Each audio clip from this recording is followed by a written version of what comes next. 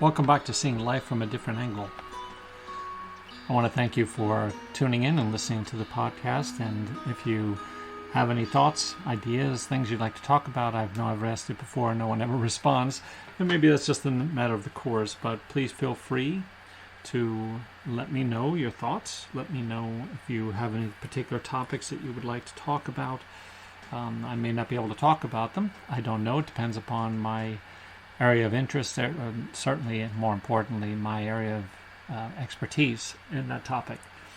You know, this podcast started really a year ago, come October. And the intent and purpose of the podcast was really to kind of integrate a myriad of different things that have been of interest to me in my life and my experiences. You know, those things specifically are the interaction or the interrelationship between psychology, which I've been in the field for, I've been in the field for a very long time, 35 years, 36 years now, as well as religion and the understanding, not so much of the structure of religion or religious organizations as much as, relationship or the understanding of God and Christ and finally philosophy, with an intermingling of things by Plato, by Socrates, by Nietzsche, by a variety, Aristotle, and Augustine, to kind of talk about these individuals and engage with those conversations in relationship to religion and psychology. And so I would love to get some feedback, love to get some thoughts if there's a particular topic you're interested in talking about or having me talk about. Just go onto the Facebook page. It is Seeing Life from a Different Angle. Ask to join. I'll be happy to have you join or follow, whatever you'd like to do. So I would love to get your thoughts, ideas. So what I wanted to talk about today was the idea of temptation. And it's a fascinating thing. I was thinking about the concept. I've been attending with my wife this class on the theology of the body. And one of the things, the theology of the body, just as a basic idea, the theology of the body is a principle, a series of courses taught by Pope St. John Paul II. And they revolve around the notion or the concept that the body is, in and of itself, and especially within a marital relationship, it is, a part of a sacredness. There's a sacredness to the human body, and I think it's one of those types of things that we run headlong into when we think about how we want to live our lives. Because as we've talked about before, when we are quite young, we're born into this wide open reality. It's an interesting concept and probably one that most people don't tend to think about, but it's one that my best friend Tom and I have been talking about for quite a long period of time, who's also a therapist, and we've been kind of pondering this, talking about a myriad of different things, but I kind of postulated that there was this space that exists when we are first born. It's a state we are all born into. And that state is a state of deep connection, spiritual connection and temporal connection. The temporal connection with our mothers, the spiritual connection with God. And that we stay in that space only as long as the world will allow. In other words, there comes a point in time when the world says, you can't stay in this space anymore. Not with the realization that we're in that space necessarily as an infant.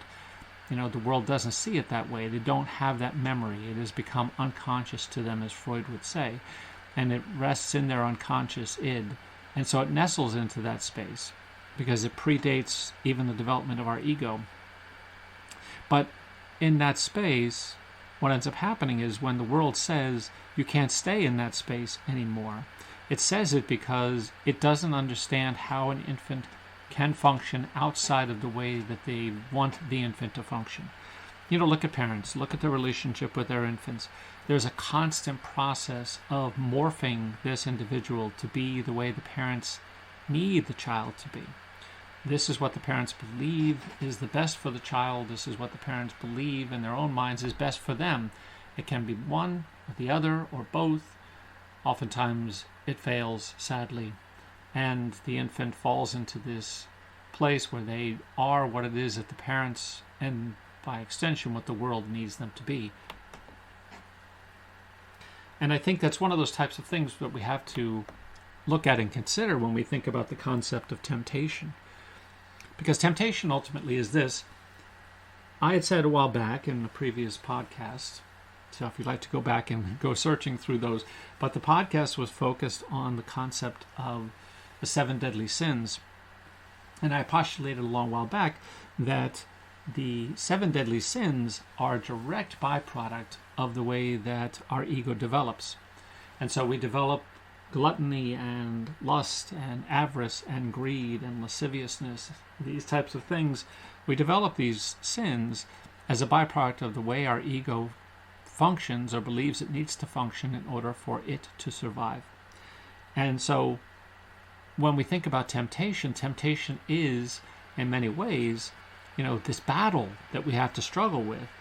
Because at an unconscious level, when we think about that wide open reality with that connection with God and the connection really with love, because that is what God is about, with love and with truth, when we run headlong into what the world is saying, no.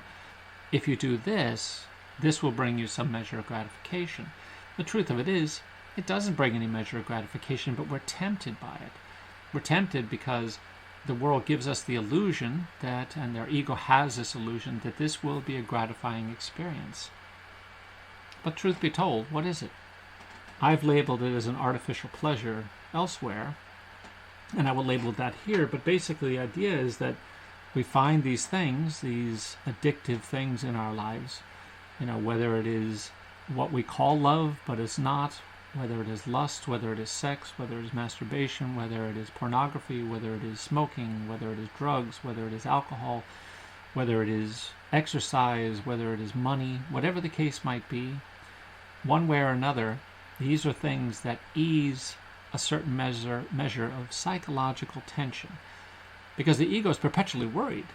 It's always worried. It's worried that it's not going to find what it is it needs, and therefore it will not be able to continue to survive. It is a starving individual in the desert. And so anytime an oasis comes along, which is what a temptation really is, it's this oasis that says, come here. But the truth of it is, it's not an oasis. More than likely, it's a hallucination. It is a phantom, a phantasm. It's not something that is real and is not something that's going to ease the tension of the ego. Instead, what it does is it really offers this illusion that in this moment I will feel some measure of relief, I will feel some measure of gratification. Don't be fooled by that. Ultimately, truth, we're not gratified by these experiences, because if we were gratified by them, they would continue to serve some purpose. They would continue to feel good beyond the few seconds that exist when we experience them. But they don't last beyond that. An individual who gets high keeps chasing that high. And all these things, money, sex, lust, greed, desire, jobs, property, things, whatever they might be, all of these things are just that. They're a hallucination. They gratify not in any way. They just ease. And so there's a big difference between those two things. But when we think about a true connection, we have this choice to make. When a temptation arises, we have this choice to make. Do I yield to what it is that is an illusion, a hallucination in the desert, because my ego is afraid? Or do I take the risk? Do I take the risk of saying, I'm not going to yield to that temptation. I'm going to move towards connection. I'm going to move towards people in my life that I love, people in my life that I value, people that matter to me, that love me in return. I'm going to move toward God. I'm going to move toward Christ. I'm going to move toward these beings, these true beings that can give me true gratification, actual pleasure. Because actual pleasure differs from artificial pleasure in the sense that actual pleasure really does produce pleasure. It produces joy. It has that opportunity to produce genuine happiness. And it is genuine love. And so wouldn't we want those types of experiences? Would we want those over temptation? yes, temptation is strong. It is powerful. It drives us towards pursuing it, towards chasing it. But the truth of it is, after everything is said and done, it falls flat. It's Chinese food pleasure. You eat it and a few moments later you're starving again. Not to say anything negative about Chinese food as long as it's good. But I will say that, those types of pleasures, they fade. They fade. It's the difference really between this. It's the difference between, living one day or living for eternity. The sun revolves around, the earth revolves around the sun. The earth revolves around the sun, and so when it spins, the sun rises in the east, sets in the west, and it's gone. The day is over. But the person who sees the joy in those experiences, holds on to that joy of those experiences, knows that the sun will likely rise the next day. The person who is connected and feels love and joy, satisfaction, happiness, true gratification. That person recognizes, okay, the sun may set, but what a beautiful sunset. Versus the person who struggles with temptation will say, okay, well, the sun's down and I've got nothing left. What I'd hoped to have, I don't have. I've got to find it tomorrow. And hopefully tomorrow it'll be better than today.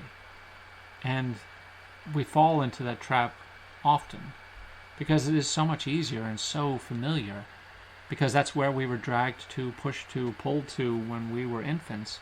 We've become very used to the idea of finding that type of gratification and using that type of gratification as a way of dealing with life. And so we have this choice. We have this moment when we can say, do I yield to the hallucination in the desert, hope that it will bring me some real gratification, that this time it really is an oasis? Or do I seek out those oases and find them? Be well.